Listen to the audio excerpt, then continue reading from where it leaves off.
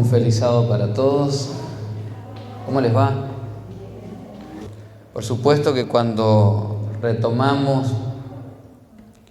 nos damos cuenta que, como ha pasado en muchos lugares del mundo y prácticamente en todas las iglesias, la pandemia nos fue robando a algunos de nuestros hermanos. Y casi en todas las iglesias adventistas, cuando retomaron, faltaba algún hermano. Yo quiero leer un pasaje bíblico en memoria de todos aquellos que ya están descansando en el Señor, aquellos que murieron con la esperanza en Cristo Jesús, no solamente en nuestra iglesia, sino en todo el mundo. Isaías 57, versículos 1 y 2 de la Nueva Biblia Viviente, esa es la traducción. Dice allí el profeta: mueren los buenos, perecen los justos antes de tiempo, sin que nadie parezca preocuparse o preguntarse la razón.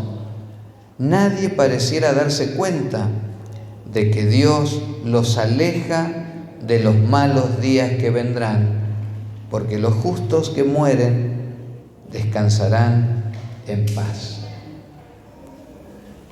Sin duda que cuando los hijos de Dios son llamados al descanso, aunque nos cueste tener esa mirada que tiene Isaías 57, versículos 1 y 2, qué difícil es pensar que Dios permitió y los alejó de los días dolorosos que están un poquito más adelante todavía.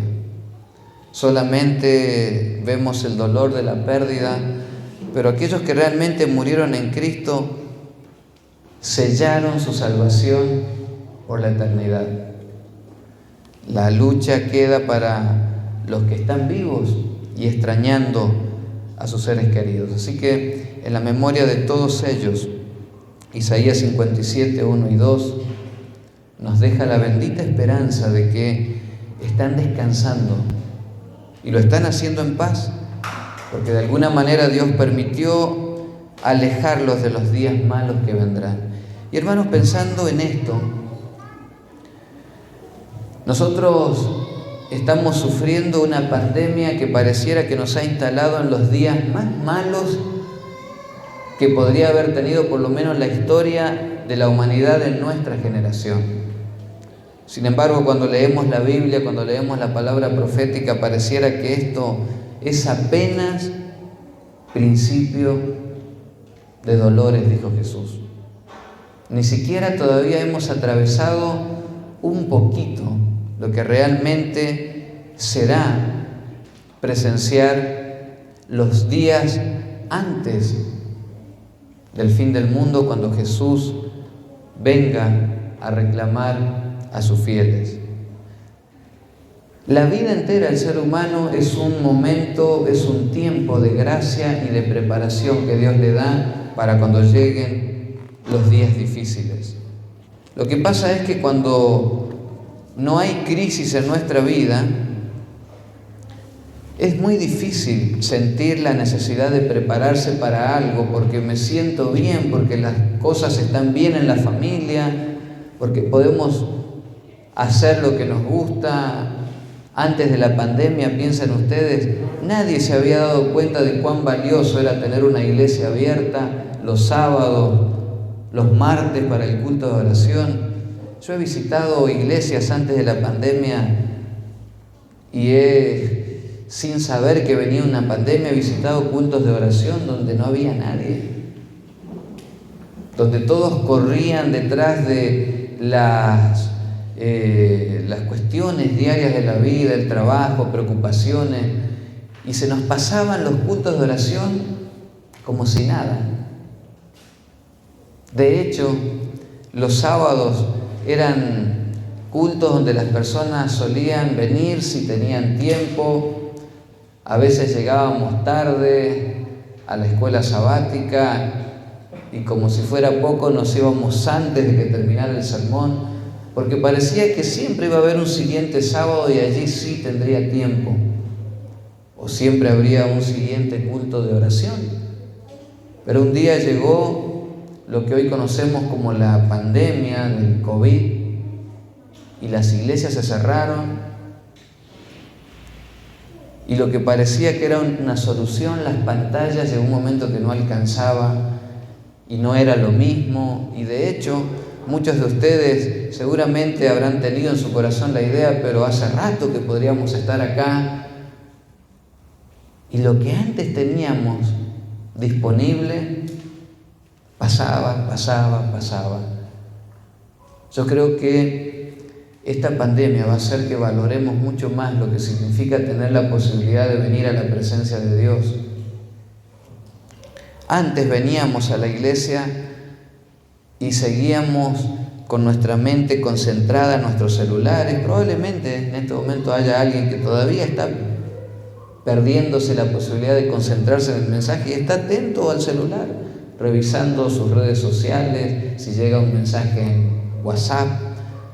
Y no nos damos cuenta que el tiempo se acaba, que las situaciones son cada vez menos favorables para los hijos de Dios y que necesitamos prepararnos. La vida avanza rápidamente a un colapso donde la humanidad no tendrá nuevas oportunidades. La Biblia le llama a esto tiempo de gracia, tiempo de preparación. Yo en esta mañana quiero reflexionar en la vida de una familia que estaba compuesta solamente por un hermano y dos hermanas, que la primera vez que se encontraron con Jesús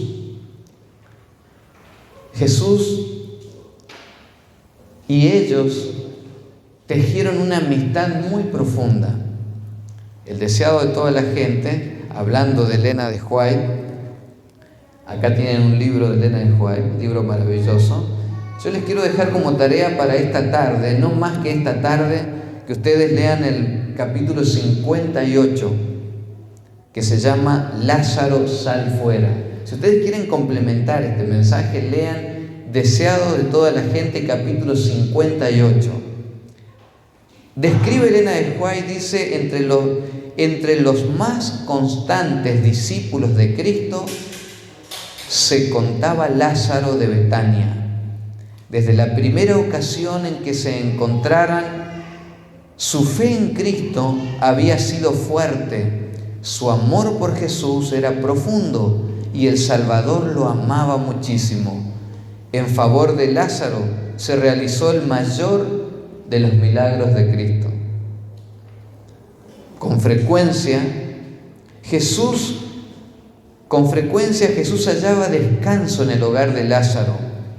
El Salvador no tenía hogar propio, dependía de la hospitalidad de sus amigos y discípulos, y a menudo, cuando estaba cansado y sediento de compañía humana, le era grato refugio ese hogar apacible, lejos de las sospechas y los celos de los airados fariseos. Allí encontraba una sincera bienvenida y amistad pura y santa. Allí podía hablar con sencillez y perfecta libertad, sabiendo que sus palabras serían comprendidas y atesoradas.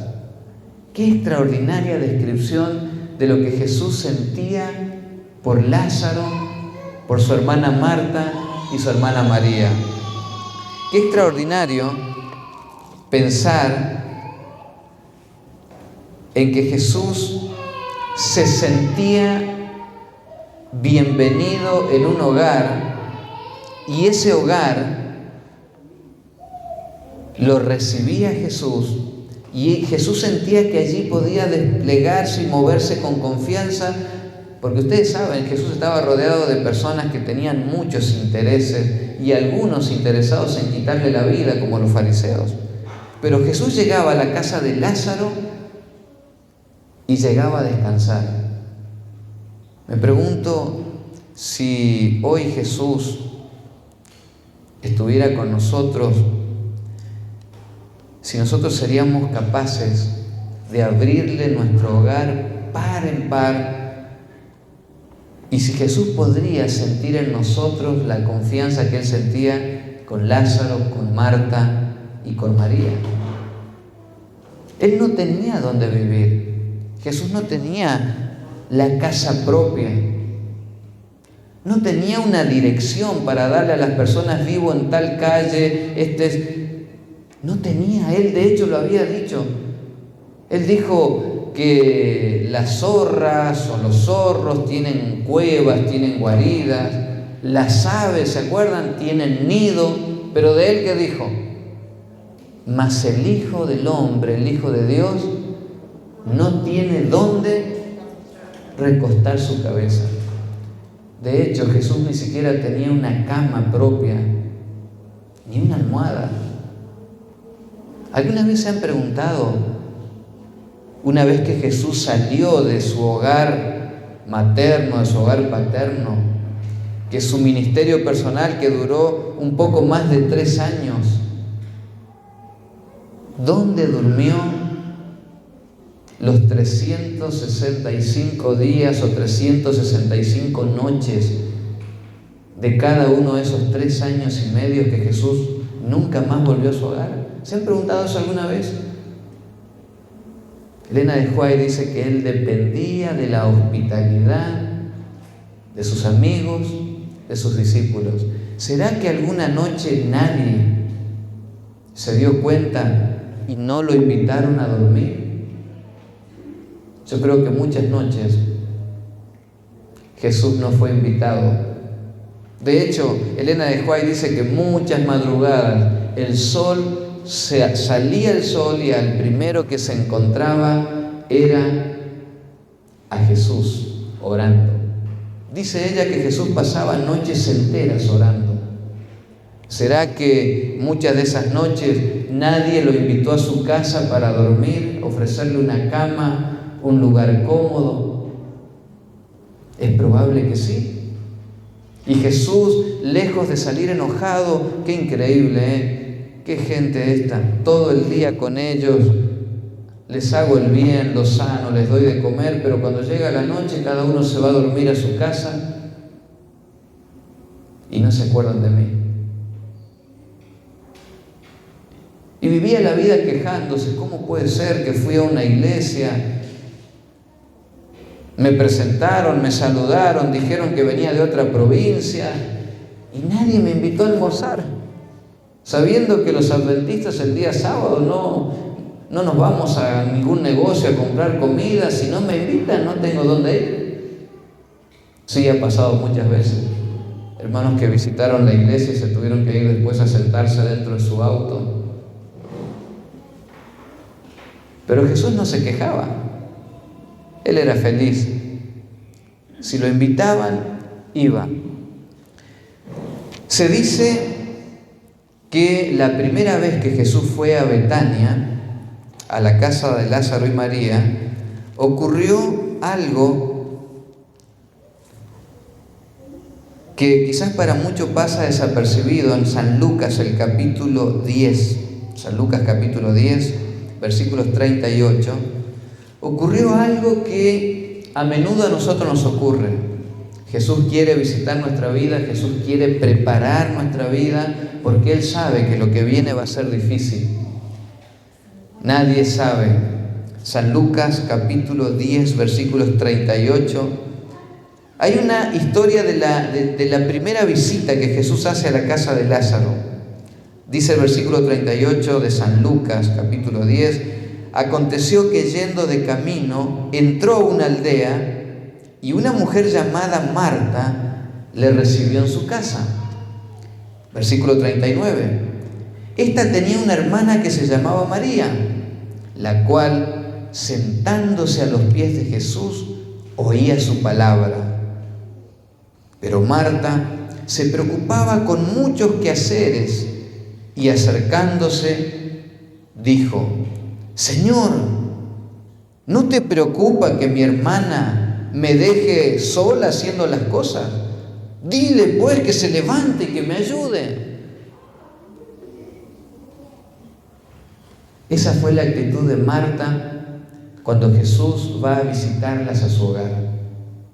Cuando Jesús llega, María se sienta a los pies de Jesús y empieza a escuchar lo que Jesús habla. Y María comienza a atesorar en su corazón lo que Jesús hablaba.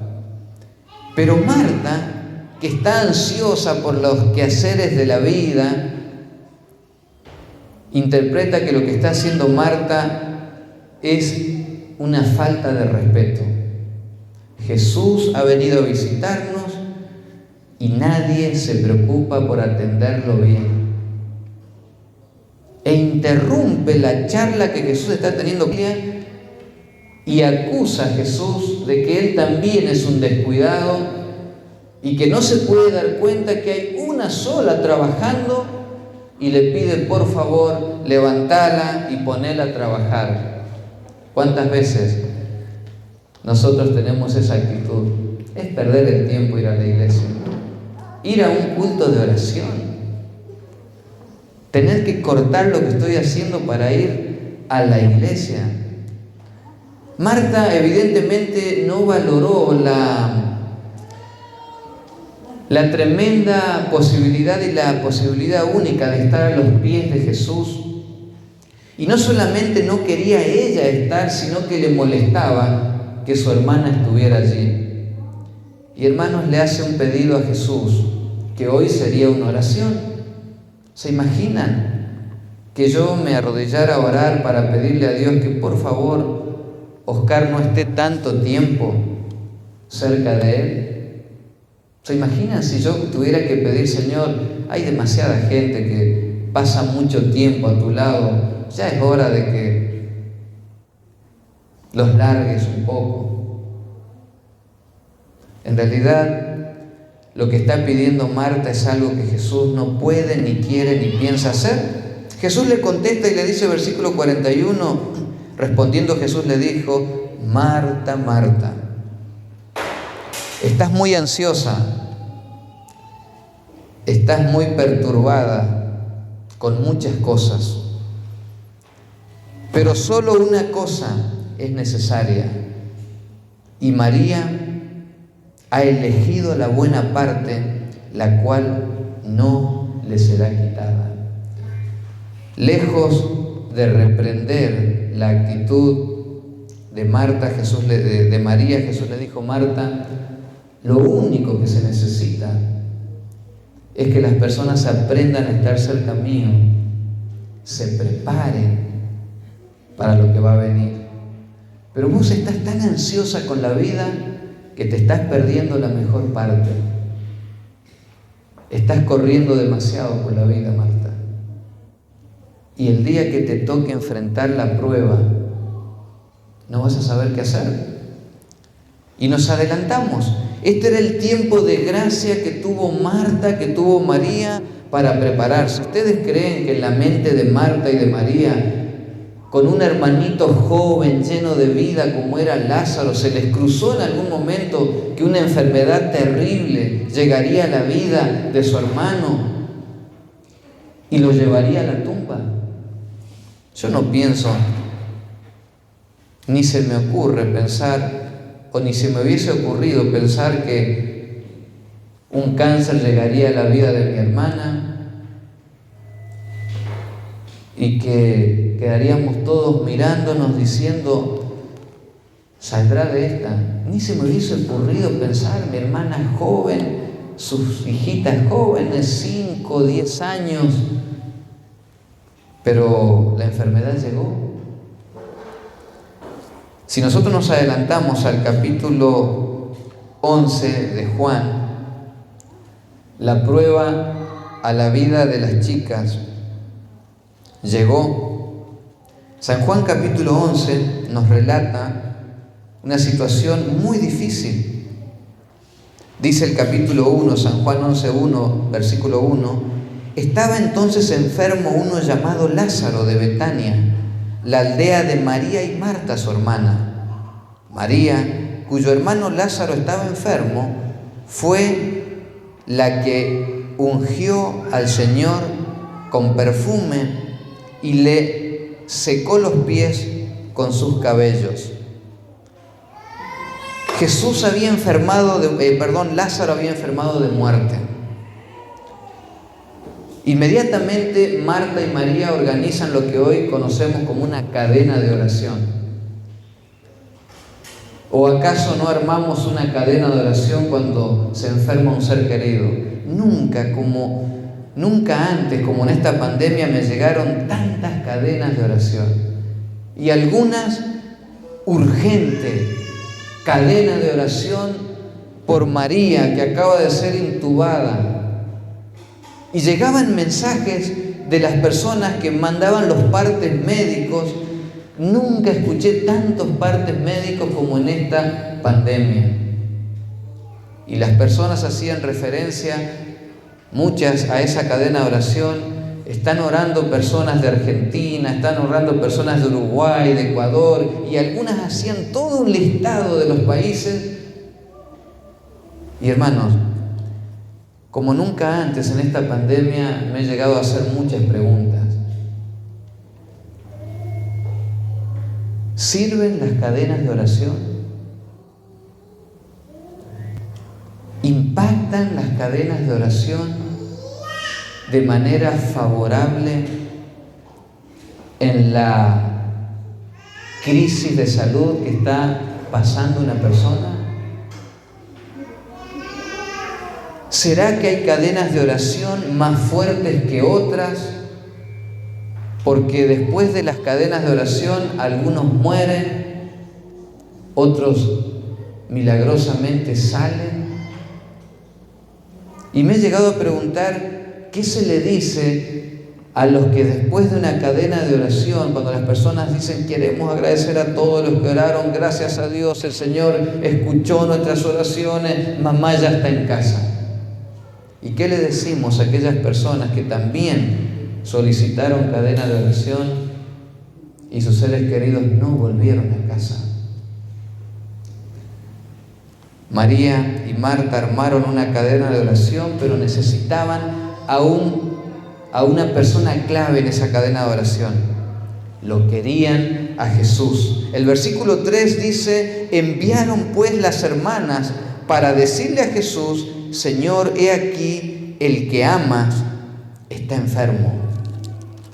Y Jesús acaba de ser anotado en la cadena de oración para que Lázaro pueda sanarse. Qué difícil es explicar esto. ¿Qué falló? ¿Falló la cadena de oración? Debiéramos haber sumado a más gente. La gente que se comprometió a orar en realidad dijo que sí, pero ni se acordó. ¿Qué es lo que está en juego cuando oramos por una persona para que se sane? A veces me pregunto qué piensan los sufrientes que tienen que ir a enterrar a un ser querido cuando ven que otros han salido victoriosos. ¿Se han preguntado eso alguna vez? A veces pienso que cuando tenemos conceptos cerrados de la oración, quedamos expuestos a que el enemigo nos deje desilusionados con Dios. Cuando algunos salen de las terapias intensivas y otros van a la tumba en un cementerio. Hay una sola cosa que podemos estar seguros. Dios, dice la Biblia, no cambia. Dios es el mismo ayer, hoy y siempre. Dios es el que tiene el plan para sus hijos que lo han aceptado como Salvador. Él es el que sabe lo que va a suceder antes que suceda. No hay nada, absolutamente nada, que pueda modificar la voluntad de Dios para con sus hijos. Lo dice la Biblia. Jesús, cuando oró para que se le permitiera no pasar el camino del Calvario, dijo: Padre, si es posible, pase de mí esta copa sangrienta que me va a tocar beber. Pero Jesús dijo: no se haga lo que yo quiero, sino tu voluntad.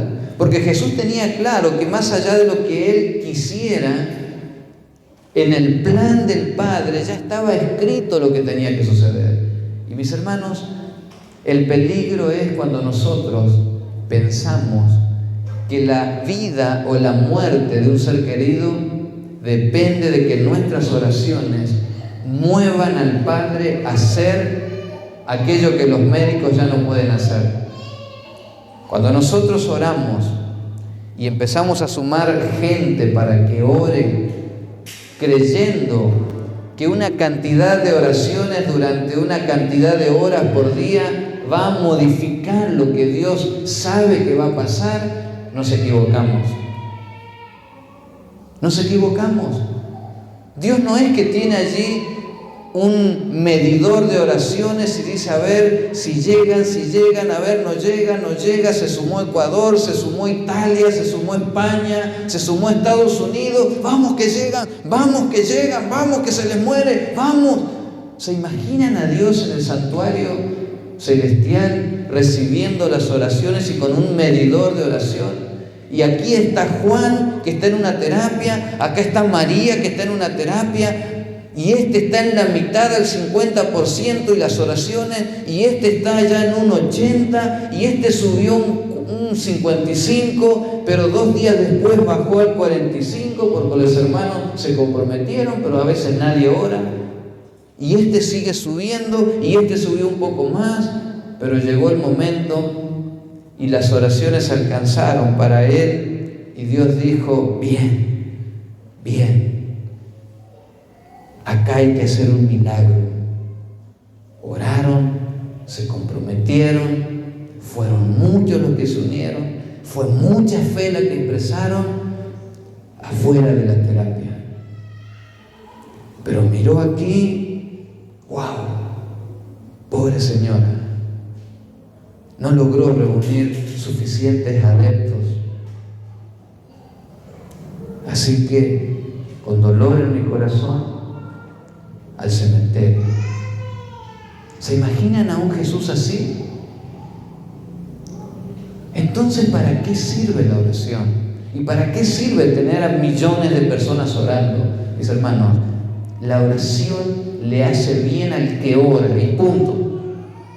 La oración beneficia al que se arrodilla a orar. ¿Saben? Las personas se van a salvar de esta muerte pasajera, aunque haya uno solo orando, esa esposa, aunque haya 1 millón de personas orando. Porque la vida es un plan divino, y los planes de Dios, nadie, absolutamente nadie los cambia, excepto la decisión del propio individuo de decir, yo no quiero ser ciudadano del reino de los cielos. Pero nadie va a cambiar los designios de Dios. Lo más grande que hace una persona que está internada en una terapia intensiva es poner a cientos de miles de personas a orar. En realidad es el enfermo el que está siendo usado por Dios para que muchos que ya se habían olvidado de lo que era pasar 2, 3, 4 veces al día orando, se vuelvan a conectar con Dios. Y esta pandemia, con todas esas cadenas de oraciones, han rescatado a muchas personas que se han vuelto a conectar con Dios. Porque la oración trae sanidad y salvación al que ora. Nunca vayan a pensar que no se oró lo suficiente por fulano y fulano fue a la muerte. Dios tiene un plan maravilloso, y aunque no lo entendamos, simplemente tenemos que aprender a aceptarlo. Y las chicas le mandaron a decir a Jesús, el que amas está enfermo. Noten ustedes que ellas inconscientemente mandan un mensaje que tiene una enorme presión para Jesús. A ese que amas se enfermó. Pero a Jesús no lo puede presionar nadie.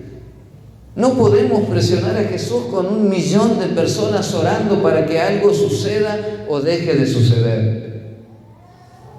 Jesús no se deja presionar por la humanidad.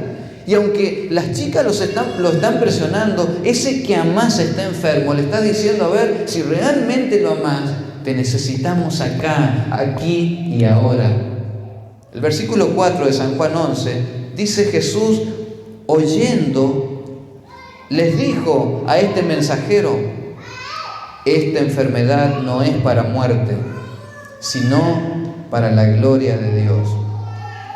Esa fue toda la respuesta que Dios les dio. Allí llegó el muchacho corriendo como se acostumbraba en aquella época, se mandaba un mensajero, no había WhatsApp, no había Telegram, no había redes sociales, cadena de oración para Lázaro. Si alguien lo ve a Jesús, avísele. Había que mandar personalmente y llegó el mensajero, había que pagar al mensajero para que el mensajero fuera y lo buscara donde estuviese. No era solamente pagar por el mensaje, porque no era una persona que vivía en un solo lugar. Había que ubicarlo. Entonces el mensajero tenía un gran trabajo, bueno, rastrear dónde está Jesús y luego llegar el mensaje. Y el mensajero llegó con el mensaje muy escueto, muy corto. El mensaje era: el que amas está enfermo. Nada más que eso. Es que a veces no se necesita tanto palabrerío para hablar con Dios. Basta con que vayas al grano y le digas: Señor, esto y esto. Y las chicas no escribieron un enorme testamento: Señor, el que amas está enfermo. Y Jesús le responde al mensajero y le dice: esta enfermedad no es para muerte, sino para gloria de Dios. El muchacho escucha y se vuelve con el mensaje.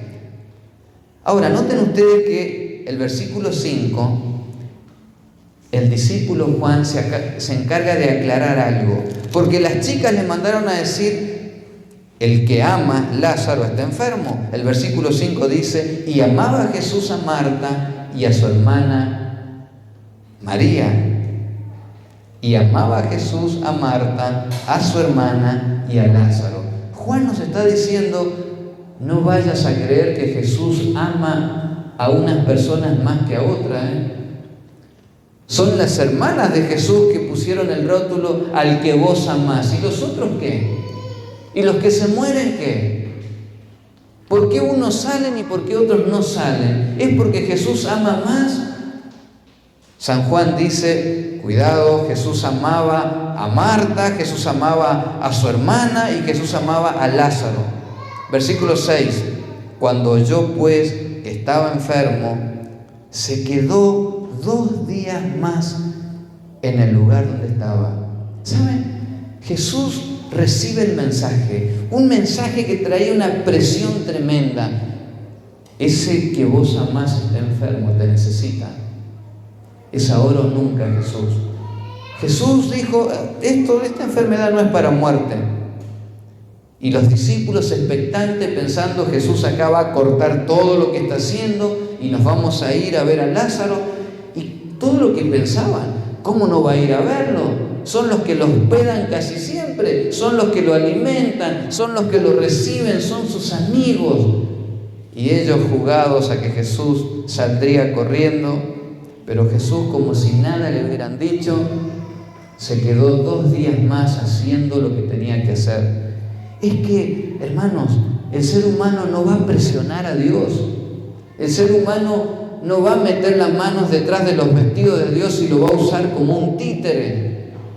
Tus oraciones no van a cuestionar a Dios, tus oraciones no van a incomodar a Dios a que Dios haga lo que Él ya sabe que tiene que hacer. Se quedó 2 días más. Luego, el versículo 11, ya habían pasado 2 días, Jesús dijo: nuestro amigo Lázaro duerme, mas voy para despertarle. Y los discípulos pensaron que Jesús hablaba que estaba durmiendo una siesta.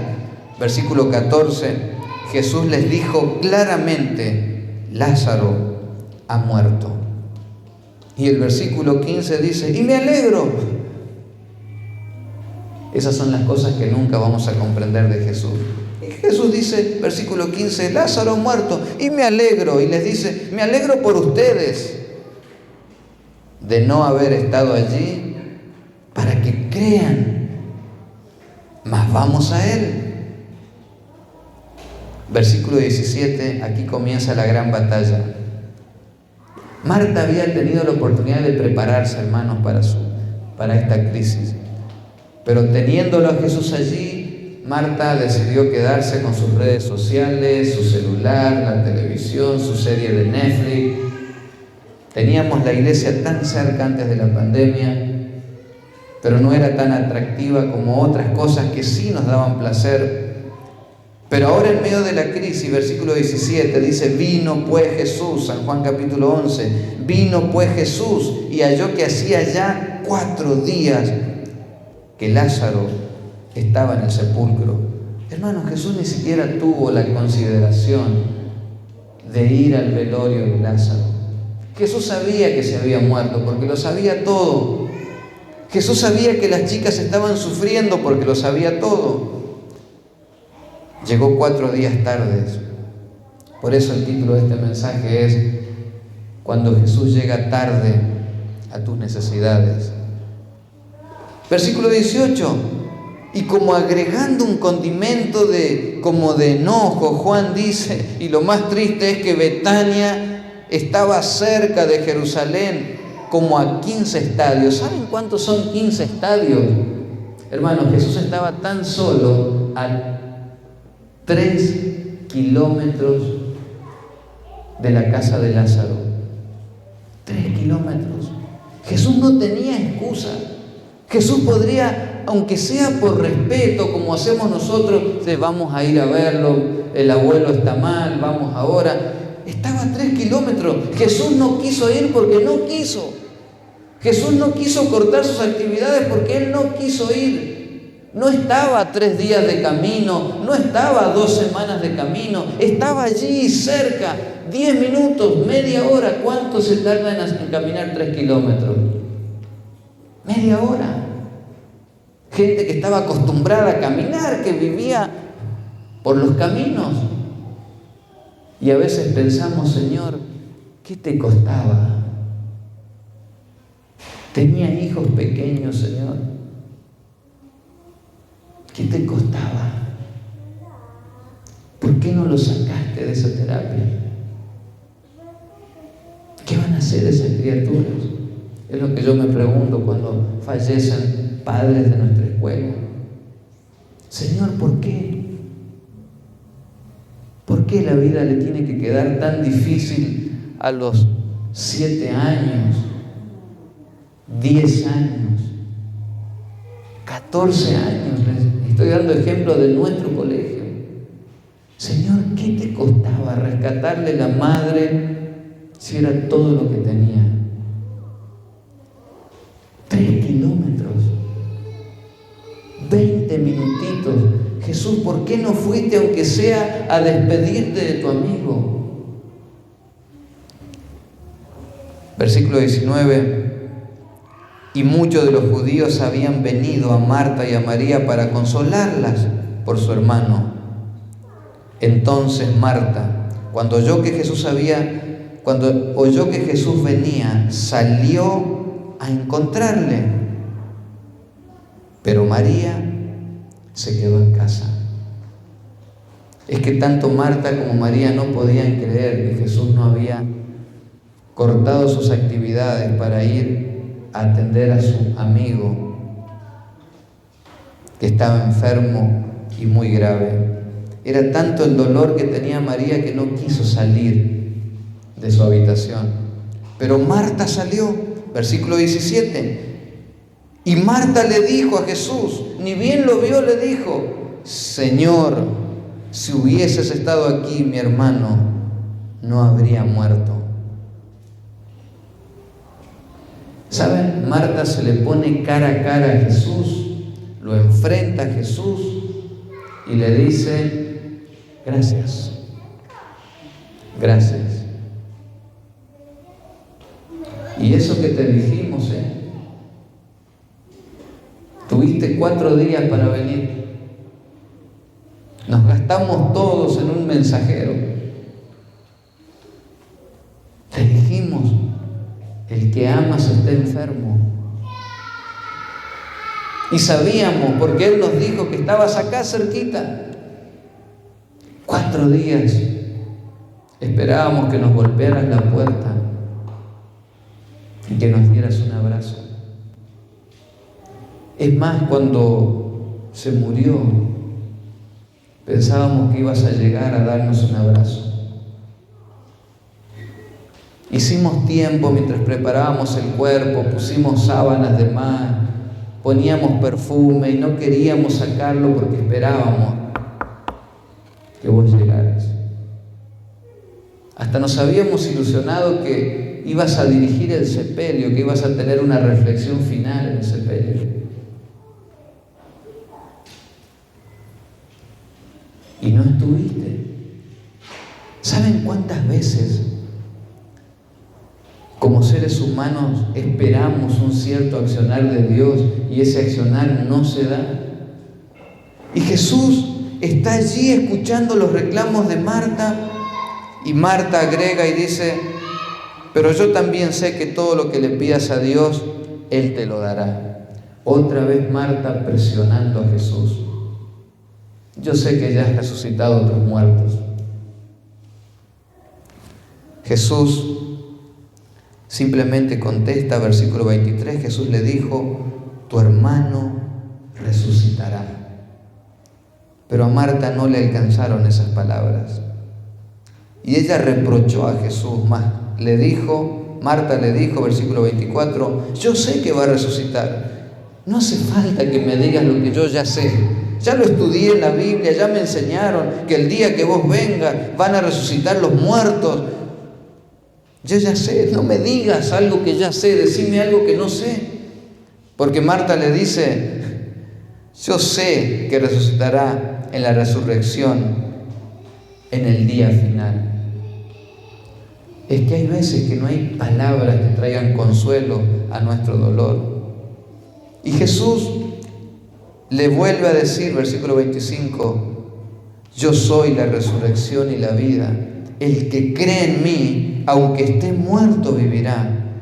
Y todo aquel que vive y cree en mí, no morirá eternamente. ¿Crees esto, Marta? Y Marta le dijo, versículo 27, sí, Señor, yo he creído que tú eres el Cristo, el Hijo de Dios, que has venido al mundo. Pero Marta no se atrevió a decir, yo creo que vos lo podés volver a la vida.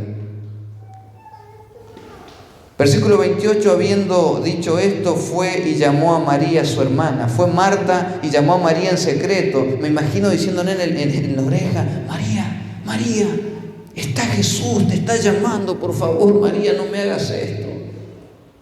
Está ahí afuera, te llama. Se lo dijo en secreto, despacito, porque evidentemente María estaba con tanto dolor en su corazón que no podía ni siquiera levantarse. El Maestro está aquí y te llama. Versículo 29, ella cuando la oyó, se levantó deprisa y vino a él. Versículo 30, Jesús todavía no había entrado en la aldea, sino que estaba en el lugar donde Marta le había encontrado, porque Marta lo detuvo a Jesús. No sé cuánto duró esta conversación, pero lo detuvo allí, no lo dejó avanzar con sus cuestionamientos, con sus reproches, lo sostuvo allí a Jesús y se le plantó adelante y Jesús no pudo avanzar. Y cuando llegó María, Jesús todavía estaba allí en el mismo lugar. Es que a veces es tanto lo que queremos cuestionarle a Dios porque no nos da lo que le pedimos, que ni siquiera lo dejamos avanzar con el plan que tiene para nuestra vida. Dice el versículo 31, entonces los judíos que estaban en casa con ella y la consolaban, cuando vieron que María se había levantado de prisa y había salido, la siguieron diciendo, se va a llorar al sepulcro. Era tanto el dolor que tenía María por la muerte de su hermano, que parece que cada tanto se levantaba y salía corriendo como una loca, y se iba y se tiraba allí en el sepulcro, y lloraba, y lloraba, y lloraba.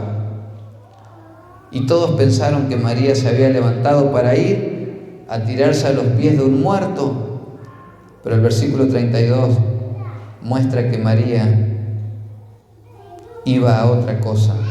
María, cuando llegó a donde estaba Jesús, al verle, se postró a sus pies y dijo lo mismo que su hermana. Lanzó un reproche: Señor, si hubieses estado aquí, no habría muerto mi hermano.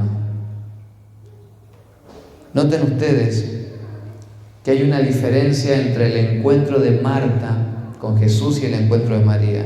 Marta va con el mismo reproche y lo enfrenta y lo culpa a Jesús. Cara a cara lo enfrenta y lo habrá tenido varios minutos allí diciéndole, pero María, cuando sale al encuentro con Jesús, lo primero que hace no es una queja, no es un reproche. ¿Qué es lo primero que hace María? Se postra, se tira a los pies de Jesús. Es que María ya había practicado esto en tiempos de bonanza. En tiempos de paz, cuando la vida les sonreía, cuando los tres hermanos estaban felices en la casa, cuando Jesús los visitaba, María ya había entrenado y ya se había tirado a los pies de Jesús, mientras Marta lo que hizo fue andar con la escoba de aquí para allá y enfrentó a Jesús y le dijo: pero no te preocupa, Jesús, esta situación, sacala, volala de tus pies que me ayude. Es que en la crisis final cada uno repetirá lo que hizo en momentos de gracia. Miren, cuando todo estaba bien, los que no tenían una relación diaria con Jesús, en la crisis final, lo único que demuestra la crisis es lo que tenemos aquí adentro.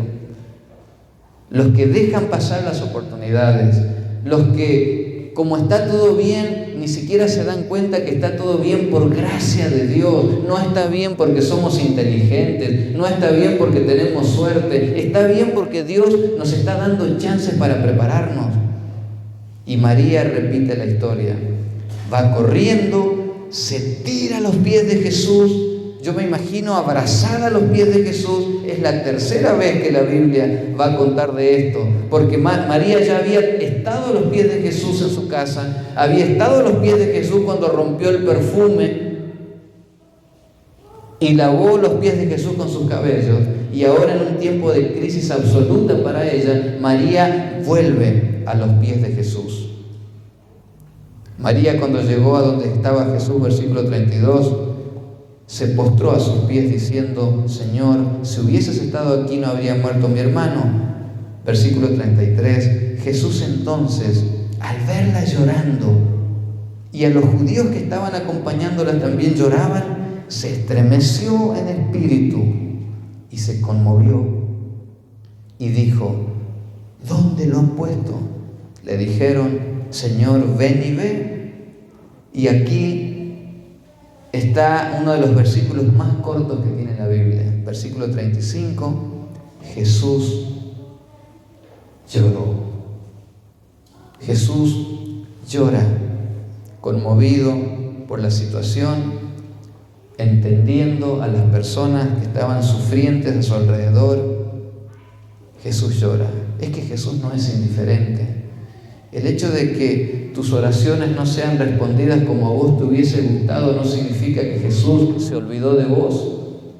El hecho de que no todos nuestros seres queridos saldrán de una crisis de salud no significa de que Jesús se haya olvidado. Jesús llora. Llora de alegría con los que sacan a sus seres queridos de las terapias. Llora de dolor con los que llevan a sus seres queridos al cementerio, pero siempre está allí. Versículo 36, dijeron entonces los judíos: miren cómo lo amaba. Es que algunos creen que hay que llorar para demostrar el amor. Recién allí dijeron: wow, por fin lloró este hombre, ahora sí nos damos cuenta que amaba a Lázaro. Pero había otro grupo que dijeron, versículo 37, algunos de ellos dijeron: ¿no podía este que abrió los ojos de los ciegos haber hecho también que Lázaro no muriera? ¿No podía haber hecho un milagro Jesús? Tanto milagro por acá, por allá, y a su amigo lo dejó morir. Es el dilema al cual nos enfrentamos nosotros. ¿Por qué aquel sí? ¿Por qué este no? ¿Acaso no le oramos al mismo Dios? ¿Acaso no le apuntamos al mismo Dios con nuestras oraciones? Versículo 38. Jesús, profundamente conmovido, otra vez vino al sepulcro. Era una cueva y tenía una piedra puesta encima. Dijo Jesús: quiten la piedra. Y nuevamente Marta, la que no se había preparado para este tipo de crisis, la hermana Marta, la hermana de Lázaro, la hermana del que había muerto, interrumpe la obra que está haciendo Jesús y le dice: Señor, ya tiene olor, porque hace 4 días que está en el cementerio. En otras palabras, Señor, tuviste 4 días para venir y ahora nos querés hacer abrir la tumba de un cementerio, con lo que significa eso para nosotros. Significa mucho dolor, Señor, volver a destapar una tumba, porque lo único que saldrá de esa tumba será un olor putrefacto. 4 días, Señor. Es que cuando no te preparás para las crisis, lo único que tenés para presentar ante Dios son quejas, amarguras. Dios te debe todo. Dios debiera haber hecho todo lo que vos quisieras. Y Marta no hace más que interponerse entre los planes de Dios y lo que Dios ya había decretado para su hermano. Jesús le dijo, ya Jesús como diciendo, a ver, ¿cómo te lo puedo explicar? Versículo 40, ¿no te he dicho que si crees verás la gloria de Dios? ¿Cuántas veces te lo tengo que decir, Marta? La batalla esta se trata de creer o no creer. Los que creen finalmente van a ver la gloria de Dios. Los que no creen como vos solamente están destinados a sufrir, a quejarse, a preguntarse ¿por qué? ¿Por qué? ¿Por qué? ¿Por qué a él sí? ¿Por qué a mí no? Y Jesús le aseguró a Marta que solamente los que creen ven la gloria de Dios. Entonces quitaron la piedra y donde había sido puesto el muerto. Y Jesús, alzando sus ojos, oró al Padre. Y finalmente, versículo 43 dice que Jesús clamó a gran voz, Lázaro, ven fuera. Y el que había muerto salió atados de las manos y los pies con vendas y el rostro envuelto en un sudario. Jesús le dijo, desátenlo y déjenlo ir. Fin de la historia. Esta historia es maravillosa porque Jesús es el dador de la vida. No soy yo el que decide, Jesús es el que permite que algunas cosas sucedan y que otras cosas no sucedan. No es Jesús el autor de la muerte, Jesús es el autor de la vida. Hermanos, ¿cuántos años más vivió Lázaro después de que se lo resucitó y se lo sacó de la tumba? ¿Cuántos años más? ¿10 años? ¿20? ¿30? Lo cierto es que tanto Marta como María seguramente volvieron a participar de un nuevo velorio de Lázaro. Porque la preocupación de Dios no es solamente el aquí y el ahora. Dios está preocupado para que nuestros seres queridos no mueran eternamente. Dios está preocupado para que las personas no mueran sin Él. Nosotros quisiéramos que salgan, aunque sea para vivir una vida agónica después de tremendas secuelas que dejan enfermedades de internaciones largas. Quisiéramos como sea, pero que me lo traiga. Jesús dice, como sea, pero quiero salvarlo de la muerte eterna. Hermanos, vamos a tener que sufrir muchas pérdidas de nuestros seres queridos hasta que seamos nosotros los de la noticia. Todavía nos queda un trecho largo donde nos tocará enterrar a personas que ni nos hubiésemos imaginado, como pasó con nuestro adolescente conquistador de la iglesia adventista de San Lorenzo. No recuerdo, 16, 18 años. y tuvieron que enterrarlo. Y allí está esa mamá y allí está ese papá. Nos queda un trecho largo todavía. ¿Será que hoy seremos capaces de entender que lo único que importa es aprender a estar a los pies de Jesús, como Jesús le dijo a María? Una cosa es necesaria, María, Marta, y tu hermana lo ha elegido. Mira, acá la tengo a mis pies. Cuando llegue la crisis, Marta, no vas a tener de qué agarrarte. La escoba no te va a sostener. Tu trabajo no te va a sostener. Marta, baja un cambio y aprende a sentarte cada día a mis pies. Escucha un poco más mi palabra. Retené un poco más mis promesas, porque yo te aseguro, Marta, que el que cree en mí, aunque esté muerto, vivirá. Por eso, cuando nos toca enterrar a un ser querido, todos tenemos el derecho de esperar hasta el día final, porque Jesús sabe lo que hizo. Y hay personas que están allí en una terapia y todos por allí lo ven como una batalla casi perdida. Pero ¿sabes cuánto trabaja el Espíritu Santo en el corazón de una persona que está en una terapia intensiva? ¿Vos sabías que el Espíritu Santo está batallando por la salvación de una persona hasta el último latido de su corazón? Algunos ni siquiera alcanzamos a ver todo lo que Dios hace. Y muchos, la parte final de su salvación se tejió allí en una terapia. Y allí sí estuvieron las oraciones intercesoras, que intercedían no necesariamente para que salga con vida, sino para que no pierda la vida eterna. Señor, sálvalo. Señor, no sé si saldrá con vida de allí o no, pero lo que me interesa es que si cierra sus ojos, que los cierre creyendo en ti. Porque yo quiero volver a verla, quiero volver a verlo el día que tú vengas a buscarnos. El Señor nos invita en esta mañana a que nos aprendamos a consolar en su compañía, en su presencia, y pase lo que pase con nuestros seres queridos, que a veces es muy, pero muy doloroso, nadie se vaya desilusionado de los pies de Cristo, porque acordate, en el día final, los que sellaron con su muerte la vida eterna, se levantarán con cuerpos nuevos, habiendo sido transformados en un abrir y cerrar de ojos. La pregunta es, ¿estarás vos allí para darles un abrazo?